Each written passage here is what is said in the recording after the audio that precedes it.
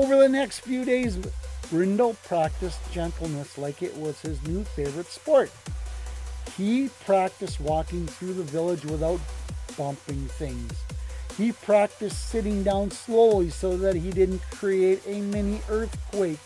He practiced speaking softly so he didn't startle birds. He practiced holding tiny objects. One day, Mrs. Maple gave him a teacup, a real teacup with delicate flowers painted on it.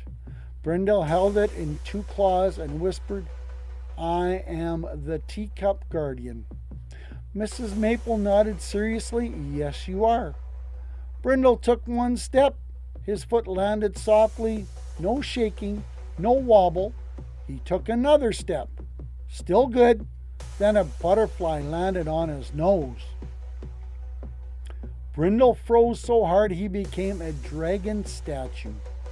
Mrs. Maple whispered, "Brindle?" Brindle whispered back, "Butterfly."